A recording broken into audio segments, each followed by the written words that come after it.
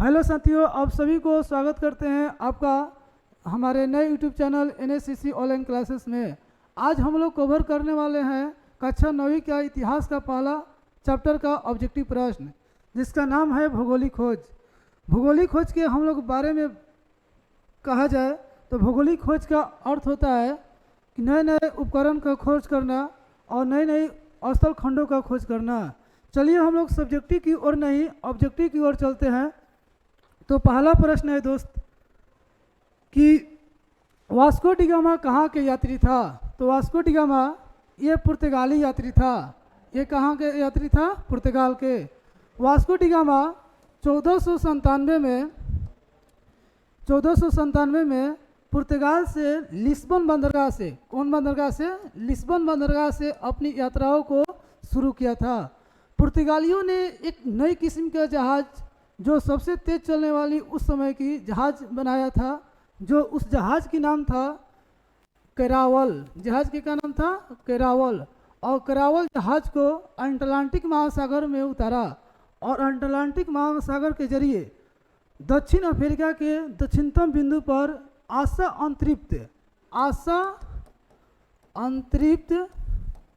अंतरिप्त बिंदु पर आया और वहाँ पर वास्को डी गामा एक व्यक्ति से मिले, जो व्यक्ति का नाम था अब्दुल मजीद। अब्दुल मजीद ये भारतीय मूल के निवासी थे और वही वास्को डी गामा को भारत पहुँचाने में सहयोग किए थे।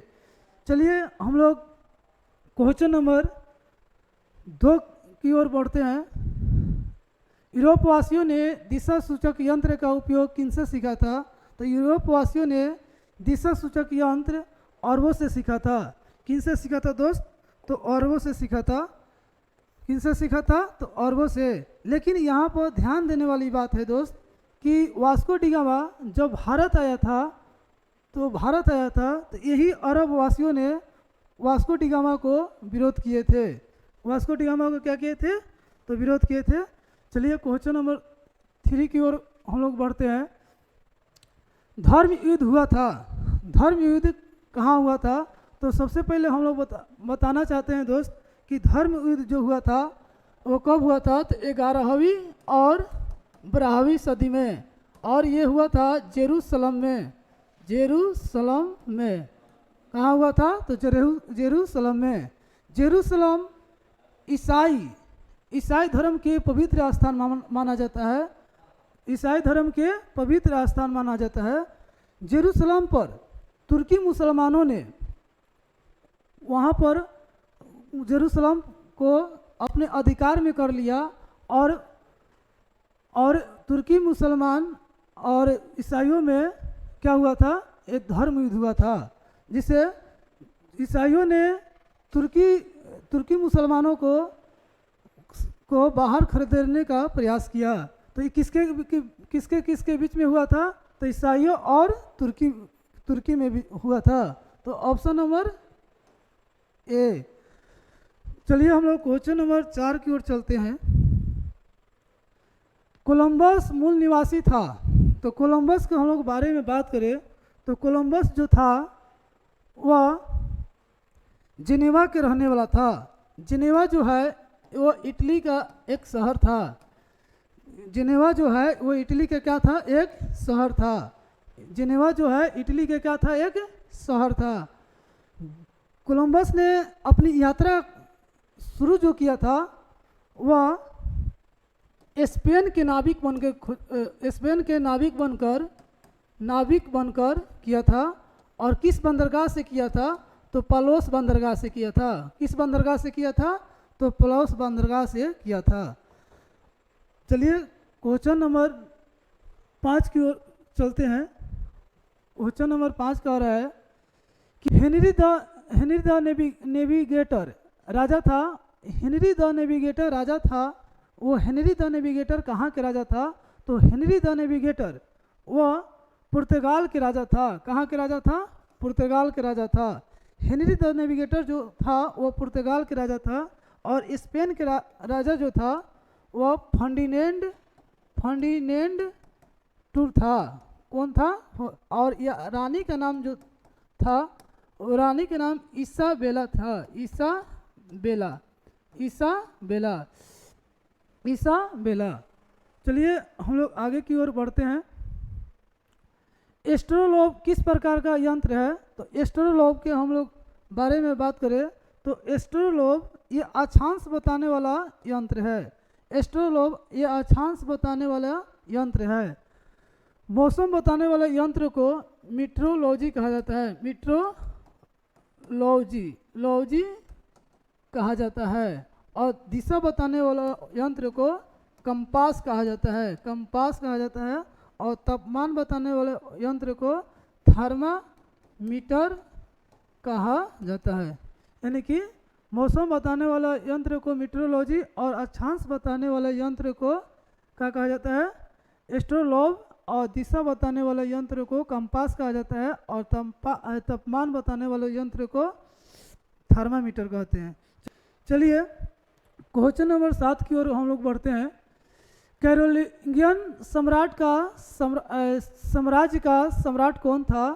तो कैरोलिंगियन साम्राज्य का सम्राट जो था वह कौन था? सरलामा था। कौन था? सरलामा। जो सरलामे थे ये पुनर्जागरण काल को बढ़ावा दे रहे थे और ये रोमन साम्राज्य को भी स्थापना किए थे। जो रोमन साम्राज्य दो भागों में बटी थी। एक बटी थी पूर्वी रोमन साम्राज्य, एक थी पश्चिमी रोमन साम्राज्य। पूर्वी रोमन साम्राज्य की राजधानी जो थी वह थी कुस्तुतुनिया। कहाँ थी? कुस्तुतुनिया। और पश्चिमी रोमन साम्राज्य की जो राजधानी थी वह थी रोम। कहाँ थी? रोम। चलिए क्वेश्चन नंबर 8 की ओर हम लोग आगे बढ़ते हैं। 8 की ओर चलते हैं कि सामंतवाद व्यवस्था में भूमि का मालिक कौन होता है? सामंतवाद व्यवस्था में भूमि का जो मालिक होता है वह राजा होता है। कौन होता है? राजा होता है। कौन होता है? राजा अभी अपने अधीनस्थ कर्मचारियों को भूमि दे देते हैं और कर्मचारी अपने किसानों में भूमि बांट देते हैं और उसे कर लेते हैं। ठीक ना? तो चलिए हम लोग क्वेश्चन नंबर 9 की ओर बढ़ते हैं। क्वेश्चन नंबर 9 कह रहा है कि भौगोलिक खोजों के परिणाम स्वरूप किस वर्ग को सबसे अधिक फायदा हुआ? तो भौगोलिक खोज में हम लोग में देखा गया है कि सबसे ज़्यादा किसका फायदा हुआ है भौगोलिक खोज में? तो भौगोलिक खोज में सबसे ज़्यादा बात करें तो व्यापारी वर्ग का फायदा हुआ। किस वर्ग का फायदा हुआ है? व्यापारी वर्ग का। चलिए क्वेश्चन नंबर 10 की ओर चलते हैं। क्वेश्चन नंबर 10 कह रहा है कि मार्टिन लूथर कहाँ का रहने वाला था? मार्टिन लूथर कहाँ का रहने वाला था? तो मार्टिन लूथर ये जर्मनी का रहने वाला था। कहाँ के रहने वाला था? जर्मनी का। मार्टिन लूथर के बारे में हम लोग बात करें तो ये धर्म सुधारक आंदोलन का प्रवर्तक माना जाता है। धर्म सुधारक आंदोलन का प्रवर्तक माना जाता है। धर्म सुधार आंदोलन का क्या माना जाता है? प्रवर्तक। ये धर्म सुधार आंदोलन जो हुआ था वो इंग्लैंड से शुरू हुआ था और 16वीं सदी में हुआ था। कौन सदी में हुआ था? 16वीं सदी में। मार्टिन लूथर धर्म सुधार आंदोलन का प्रवर्तक माना जाता है। और जो धर्म सुधार आंदोलन जो हुआ था वह किस सदी में हुआ था? तो 16वीं सदी में। और ये कहाँ के रहने वाला था? जर्मनी के। कहाँ के रहने वाले थे? जर्मनी के। चलिए क्वेश्चन नंबर आगे की ओर बढ़ते हैं। द्रव्यांतर के सिद्धांत की आलोचना किसने की? तो द्रव्यांतर के सिद्धांत की आलोचना जो किए थे ये विक्लिफ ने किए थे। कौन किए थे? विक्लिफ ने। कौन किए थे? विक्लिफ ने। ये विक्लिफ जो थे ये इंग्लैंड के निवासी हैं जो धर्म सुधारक के प्रातः काल का तारा कहा जाता है। तारा कहा गया। ये धर्म सुधार आंदोलन के प्रातः काल के तारा कहा इनको कहते हैं। धर्म सुधार आंदोलन को इनको प्रातः काल के तारा कहते हैं। क्यों किनको? तो विक्लिप को। किनको कहते हैं? विक्लिप को। इनके अनुयायी भी थे और अनुयायियों को लीलार्ड्स कहा जाता है। लीलार्ड्स, अनुयायियों को क्या कहा जाता है दोस्त? तो लीलार्ड्स कहा जाता है। चलिए क्वेश्चन नंबर आगे की हम लोग बढ़ते हैं। क्वेश्चन नंबर अगला कह रहा है कि अमेरिका का पता किसने लगाया? तो अमेरिका के पता कोलंबस ने लगाया था। और अमेरिका का पता कौन लगाया था? कोलंबस ने। और कोलंबस ने किस बंदरगाह से लगाया था? तो पलोस बंदरगाह से। कौन बंदरगाह से? पलोस बंदरगाह से। और किस देश का नाविक बनकर? तो स्पेन देश के नाविक बनकर। स्पेन देश के नाविक बनकर। स्पेन देश के नाविक बनकर। स्पेन देश के नाविक बनकर। लेकिन रहने वाले कहाँ के थे? ये आप लोग कमेंट बॉक्स में बताइएगा। चलिए आगे की ओर हम लोग बढ़ते हैं। क्वेश्चन नंबर 13 की ओर देखते हैं कि क्या कह रहा है। ब्राज़ील की खोज किसने किया था? तो ब्राज़ील देश का खोज एक पुर्तगाली नाविक केब्रल ने जो लिस्बन बंदरगाह से अपनी यात्राओं को शुरू किया था। ये भी भारत को खोज में निकला था, लेकिन गलत से ये कहाँ पहुँच गया? ब्राज़ील पहुँच गया। और ब्राज़ील का खोज कौन किया था? तो केब्रल ने। कौन किया था? तो केब्रल ने। ये भारत पहुँचा था 1500 में। कब पहुँचा था? 1500 में। और ये दूसरा पुर्तगाली व्यक्ति बने थे जो भारत पहुँचे थे। जो दूसरा व्यक्ति कौन थे? केब्रल ने थे। कौन थे? केब्रल। चलिए आगे की ओर हम लोग बढ़ते हैं। क्वेश्चन नंबर 14 का रहा है कि अमेरिका का नाम किसके नाम पर पड़ा? तो अमेरिका के नाम एक फ्लोरेंस नाम के व्यक्ति थे, जो फ्लोरेंस शहर जो इटली में पड़ता है, वहाँ के व्यक्ति थे। और ये स्पेन के नाविक बनकर अमेरिका के बारे में बहुत ही जिक्र किए, बहुत ही अपने पुस्तक में बहुत ही अच्छे से बताए थे कि ये अमेरिका महाद्वीप नहीं, ये अमेरिका है। क्या है? अमेरिका है। क्या है? अमेरिका। तो अमेरिगो वेस्पुची के नाम पर अमेरिका का नाम रखा गया था, अमेरिका के नाम पड़ा था। चलिए आगे की ओर हम लोग बढ़ते हैं। क्वेश्चन नंबर 15 का रहा है कि जमुरीन कहाँ का राजा था? जमुरीन के हम लोग बारे में कहे तो जमुरीन जो था वह कालीकट का राजा था। कहाँ के था राजा? कालीकट का। कहाँ के राजा था? कालीकट के। लेकिन हम लोग जुमरीन जो है ये राजा के उपाधि था दोस्तों। ये जुमरीन क्या था? राजा के उपाधि था। लेकिन जो राजा के नाम था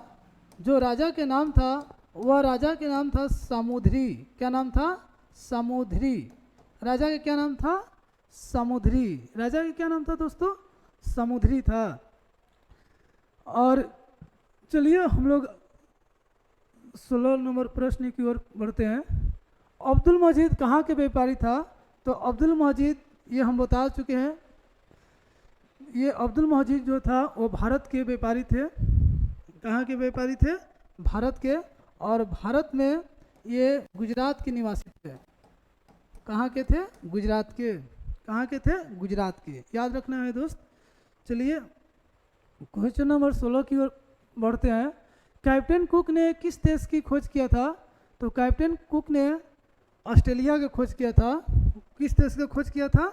ऑस्ट्रेलिया का। किस देश का खोज किया था? तो ऑस्ट्रेलिया का खोज किया था। कैप्टन कुक ने किस देश का खोज किया था? तो ऑस्ट्रेलिया का खोज किया था।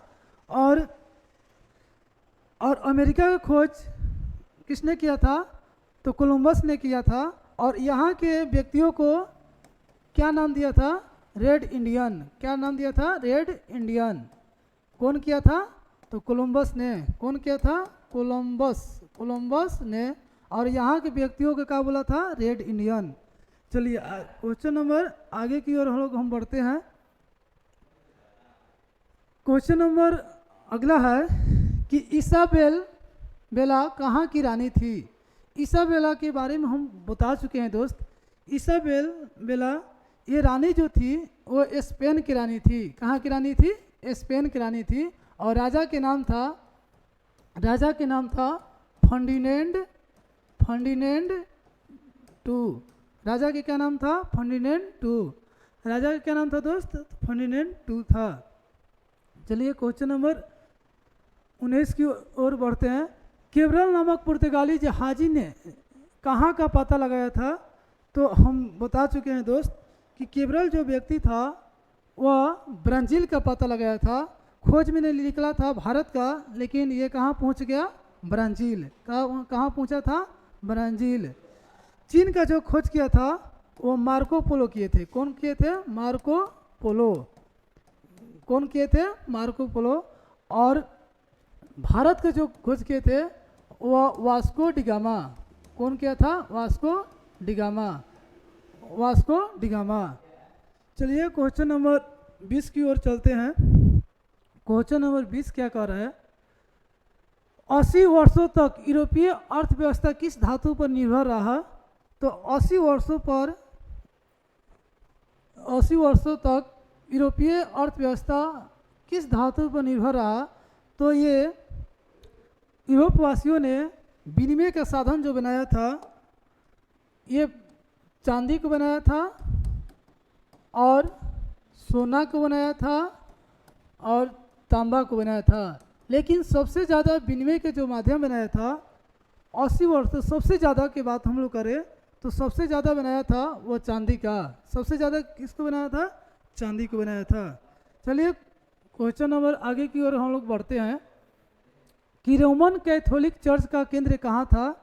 तो रोमन कैथोलिक चर्च का जो केंद्र था वो रोम में था। कहाँ था? रोम में था। कहाँ था दोस्त? रोम में। कहाँ था? रोम में। उस टाइम जो रोम का पोप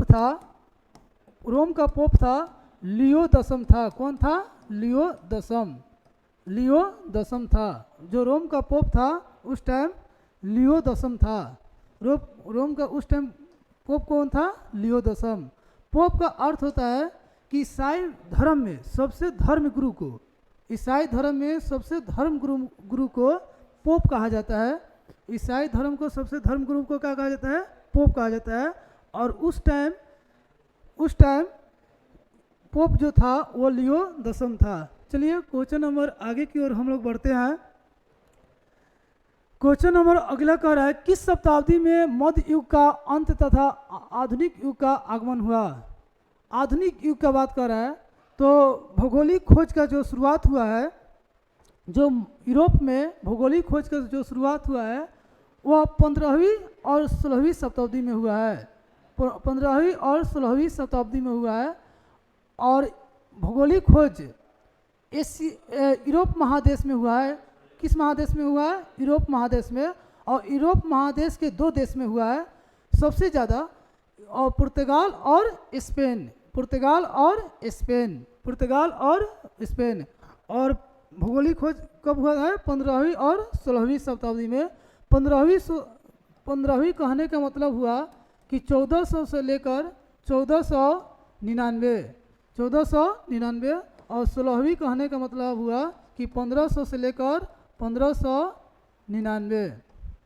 चलिए क्वेश्चन नंबर आगे की ओर हम लोग देखते हैं। क्वेश्चन नंबर अगला है कि पुनः जागरण काल का केंद्र जो बना था कि 15वीं शताब्दी में देखा गया कि कुस्तुतुनिया में विद्वानों ने वहाँ पर पलायन करने लगे। विद्वानों ने कुस्तुनिया से पलायन करने लगे।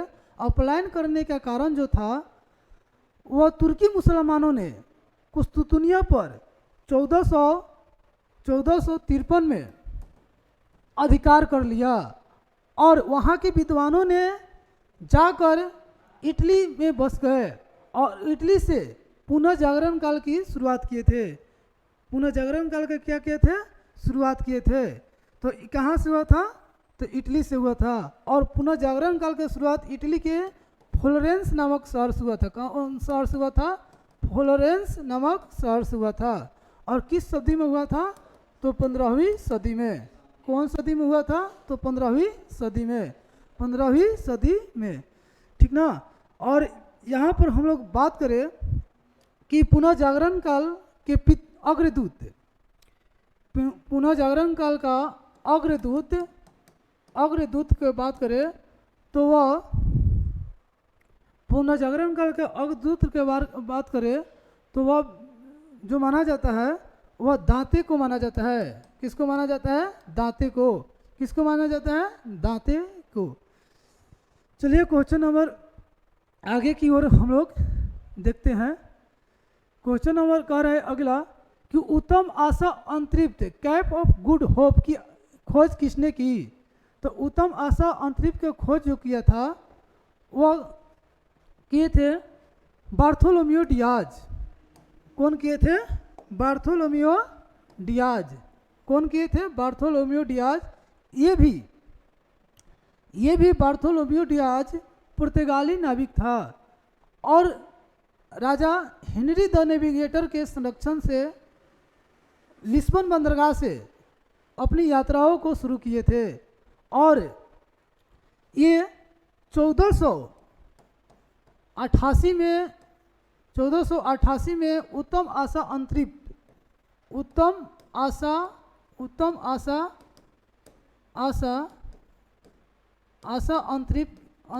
की खोज कर डाला था।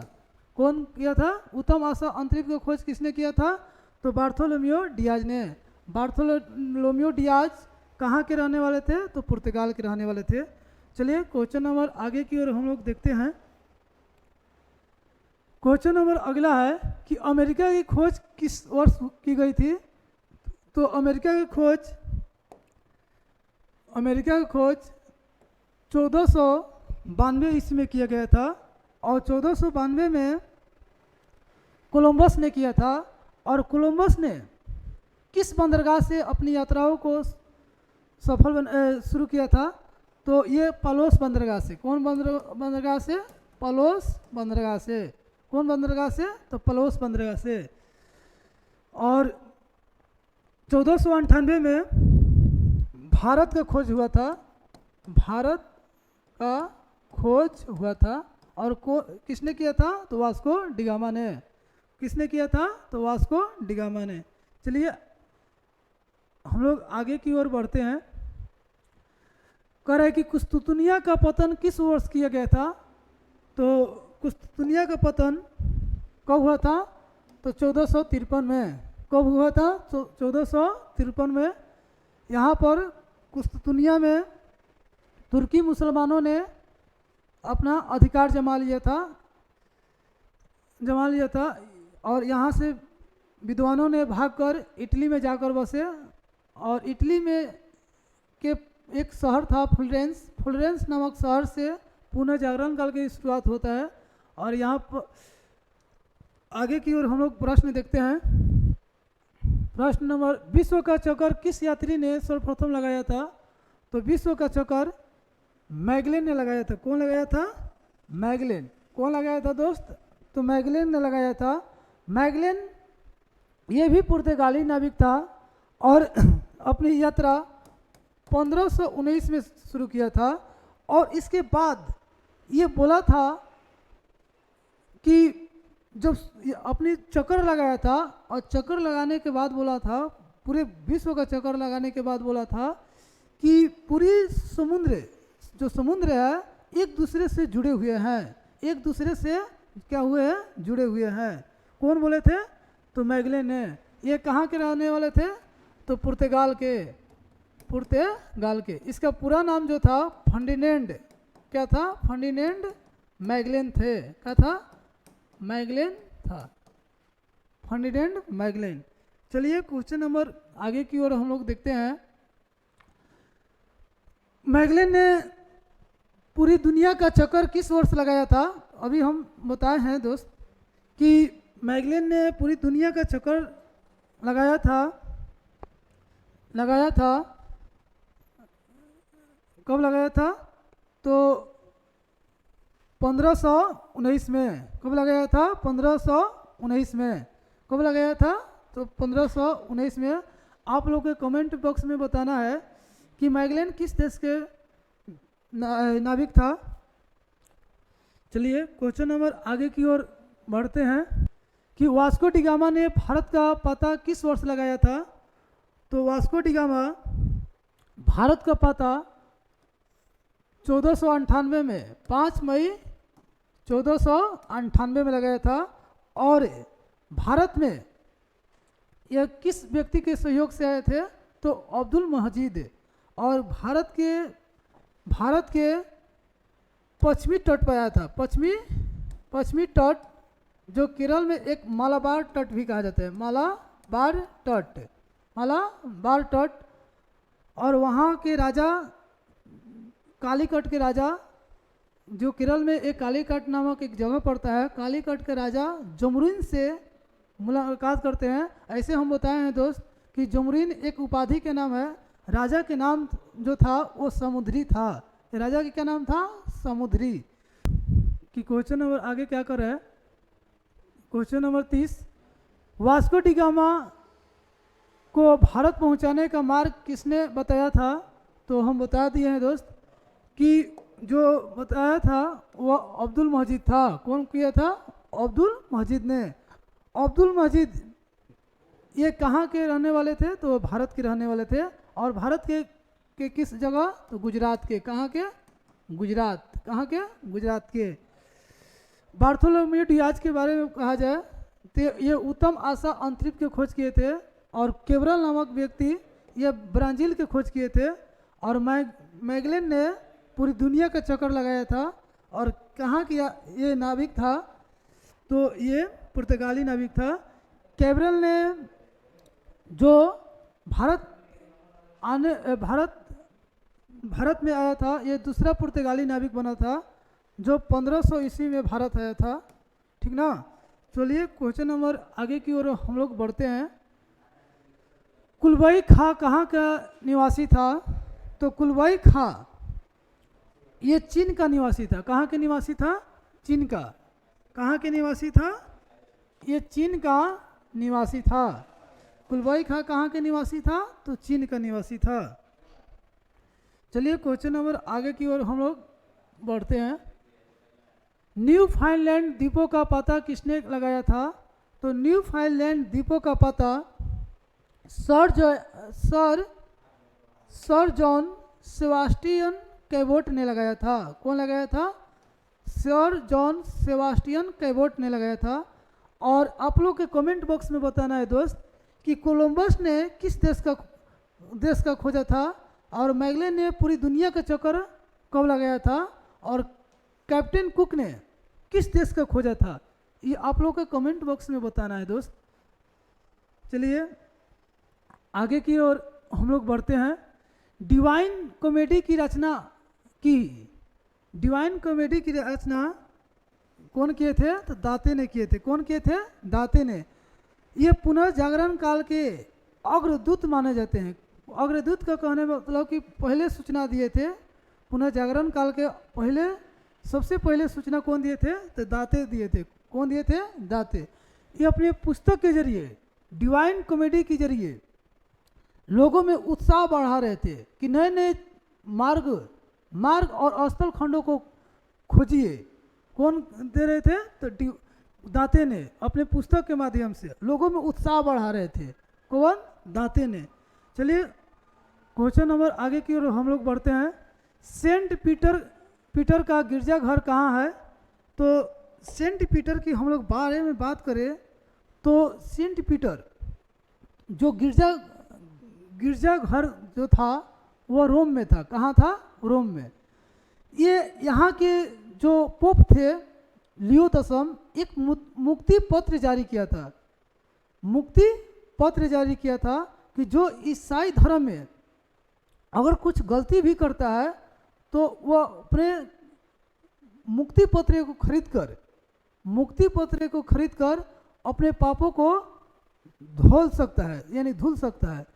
तो ये कौन जारी किया था? तो पोप लियो दसम। ये क्यों जारी किए थे?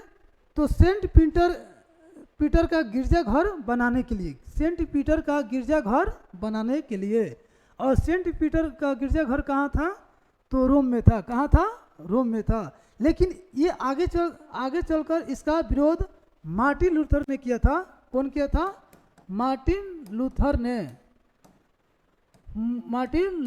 ने किया था। और आगे भी इसको मार्टिन लूथर को प्रोटेस्टेंटवाद का जनक माना जाता है। प्रोटेस्टेंटवाद का जनक माना जाता है। याद रखना है दोस्त कि मार्टिन लूथर को प्रोटेस्टेंटवाद का जनक माना जाता है। चलिए क्वेश्चन नंबर आगे की ओर हम लोग बढ़ते हैं।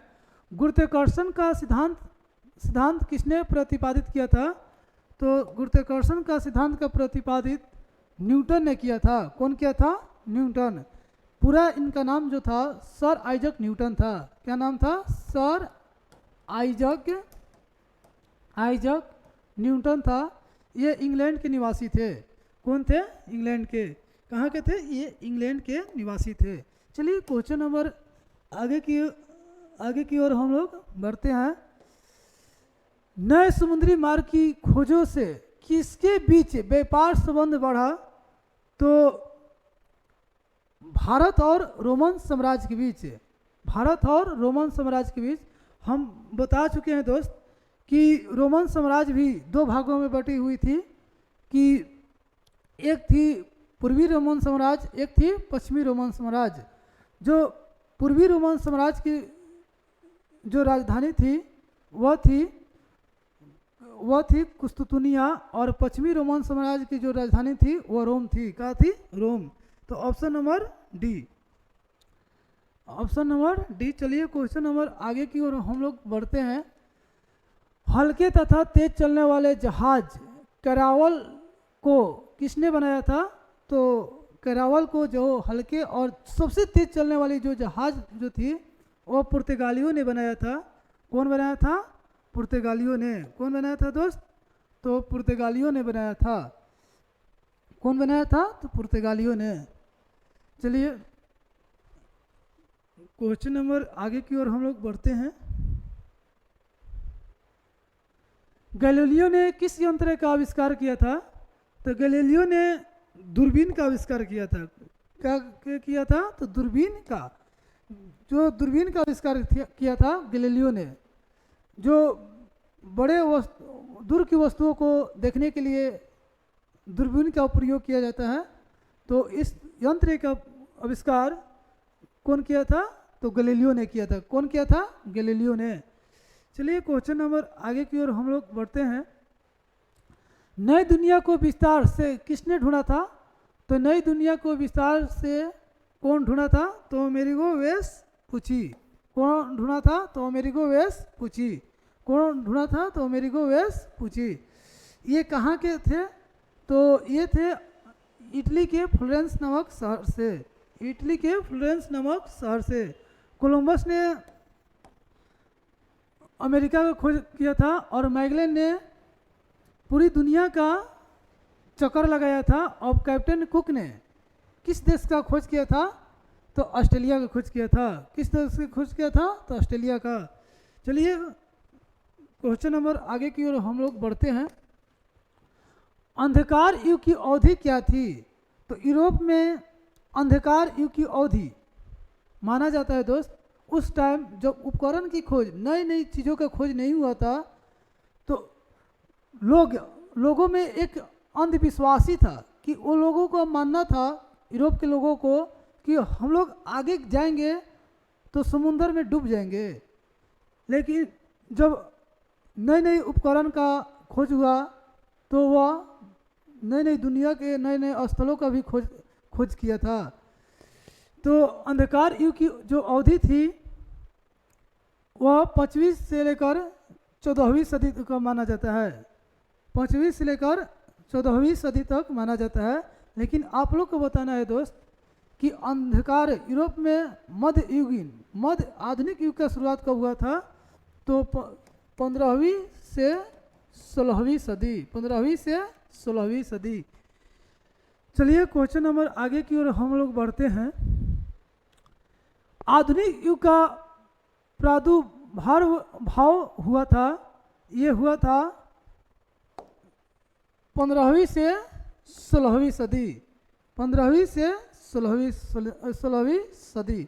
अगर आपको ये वीडियो अच्छा लगे दोस्त तो लाइक करें, शेयर करें और कमेंट करें।